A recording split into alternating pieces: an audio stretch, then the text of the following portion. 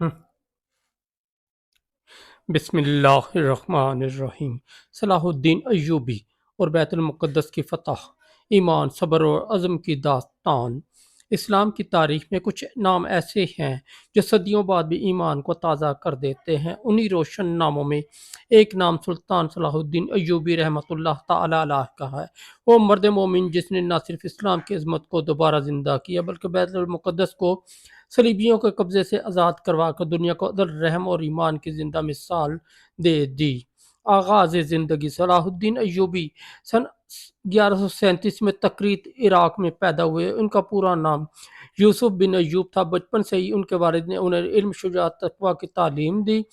جوانی میں نور الدین زنگی کے لشکر میں شامل ہوئے۔ وہی نور الدین زنگی جنہوں نے اسلام کے نام پر ایک عادلی حکومت قائم کی تھی۔ نور الدین نے صلاح الدین کی صلاحیتوں کو پہچان لیا اور انہیں مصر کے محاذ پر بھیجا تاکہ وہاں سے صلیبی اثر ختم کیا جا سکے۔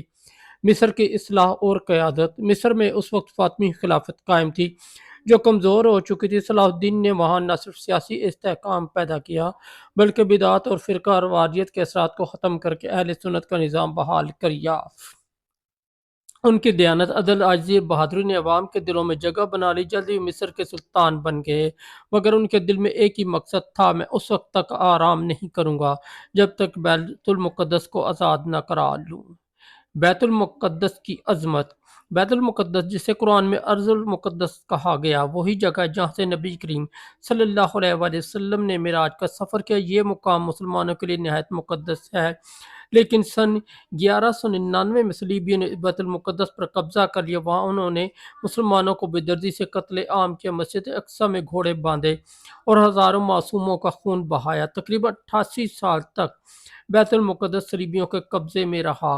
ایمان کی جنگ کا آغاز: صلاح الدین ایوبی نے سب سے پہلے امت کو بیدار کرنے کا کام کیا۔ انہوں نے اسلامی ممالک کو ایک لڑی میں پرونے کی کوشش کی۔ ان کا مقصد صرف جنگ جیتنا نہیں بلکہ امت کو متحد کرنا تھا۔ انہوں نے فرمایا، ہم تب تک کامیاب نہیں ہو سکتے جب تک ہمارے دلوں میں وہی ایمان پیدا نہ ہو جائے جو صحابہ کے دلوں میں تھا۔ انہوں نے مصر، شام، حلب اور دیگر علاقوں کو متحد کیا، پھر صلیبیوں کے مقابلے کے لیے اپنے لشکر کو تیار کیا۔ جنگ حطین سن 1187، یہ وہ عظیم دن تھا جب اسلامی تاریخ کا رخ بدل گیا۔ جولائی سن 1187 کو جنگ حطین لڑی گئی، جس میں صلاح الدین کے لشکر نے صلیبیوں کو عبرتناک شکست دی۔ اسلامی لشکر نے بسم اللہ کے نعرے لگاتے ہوئے جہاد کیا۔ چند ہی گھنٹوں میں صلیبیوں کا غرور خاک میں مل گیا۔ اس جنگ کے بعد بیت المقدس کا راستہ کھل گیا۔ بیت المقدس کی فتح: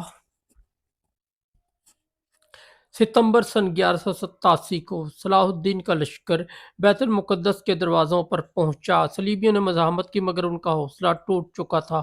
بالآخر 2 اکتوبر 1187 کو بیت المقدس پرامن طریقے سے مسلمانوں کے ہاتھوں فتح ہوا۔ جب صلاح الدین شہر میں داخل ہوئے تو ان کی آنکھوں میں آنسو تھے۔ انہوں نے بیت المقدس کی فضا میں اللہ اکبر کا نعرہ بلند کیا مگر ساتھ ہی فرمایا، یہ وقت انتقام کا نہیں، شکر اور عدل کا ہے۔ رحمت و عدل کی مثال: جب صلیبی بیت المقدس میں داخل ہوئے تھے تو انہوں نے مسلمانوں کو بے رحمی سے قتل کیا تھا، لیکن جب صلاح الدین نے شہر فتح کیا تو انہوں نے ایک بھی غیر مسلم کو قتل نہیں کیا بلکہ فرمایا، ہم وہ لوگ ہیں جنہیں نبی صلی اللہ علیہ وآلہ وسلم نے رحم کی تعلیم دی ہے۔ انہوں نے عیسائیوں اور یہودیوں کو امن کے ساتھ رہنے دیا اور جو اپنے گھروں کو چھوڑنا چاہیں انہیں امان نامے دے کر عزت کے ساتھ رخصت کیا۔ یہ وہ فتح تھی جس میں خون نہیں انسانیت جیتی تھی۔ مسجد اقصی کی صفائی: صلاح الدین نے سب سے پہلا کام یہ کیا کہ مسجد اقصی کو پاک کیا جہاں صلیبیوں نے ناپاکی پھیلائی تھی۔ وہاں انہوں نے قرآن کی تلاوت کی آوازیں بلند کروائیں، پھر انہوں نے محراب میں کھڑا ہو کر سجدہ شکر ادا کیا اور روتے ہوئے کہا، اے اللہ، تیرا شکر ہے کہ تو نے مجھے اس قابل بنایا تیرے گھر کو آزاد کرا سکوں۔ صلاح الدین کا کردار: سلطان صلاح الدین اپنی عاجزی اور تقوی کے لیے مشہور تھے۔ ایک موقع پر ان کے وزیر نے کہا، سلطان، آج آپ دنیا کے سب سے بڑے بادشاہ ہیں۔ صلاح الدین مسکرائے اور بولے، میں تو ایک بندہ عاجز ہوں، کل قبر میں یہی بادشاہت ختم ہو جائے گی، بس یہی دعا ہے کہ اللہ مجھے اپنے دین کا خادم لکھ دے۔ انہوں نے اپنی پوری زندگی مال و دولت جمع کرنے میں نہیں بلکہ امت مسلمہ کی خدمت میں گزاری۔ جب ان کا انتقال ہوا تو ان کے خزانے میں اتنا بھی مال نہیں تھا کہ کفن خرید سکیں۔ آخری لمحے اور وراثت۔ صلاح الدین ایوبی سن 1193 میں دمشق میں انتقال کر گئے۔ ان کی وفات پر نہ صرف مسلمان روئے بلکہ کئی عیسائی رہنما بھی افسوس کرنے آئے، کیونکہ وہ جانتے تھے کہ یہ شخص عدل، ایمان اور انسانیت کی علامت تھا۔ ان کی قبر پر آج بھی یہ الفاظ لکھے ہیں، یہ وہ سلطان ہے جس نے بیت المقدس کو آزاد کیا مگر خود دنیا سے خالی ہاتھ رخصت ہوا۔ سبق اور پیغام۔ صلاح الدین ایوبی کی زندگی ہمیں یہ سکھاتی ہے کہ ایمان، عدل اور اتحاد کے بغیر کوئی امت کامیاب نہیں ہو سکتی۔ اصل طاقت تلوار میں نہیں بلکہ دل کے ایمان میں ہوتی ہے۔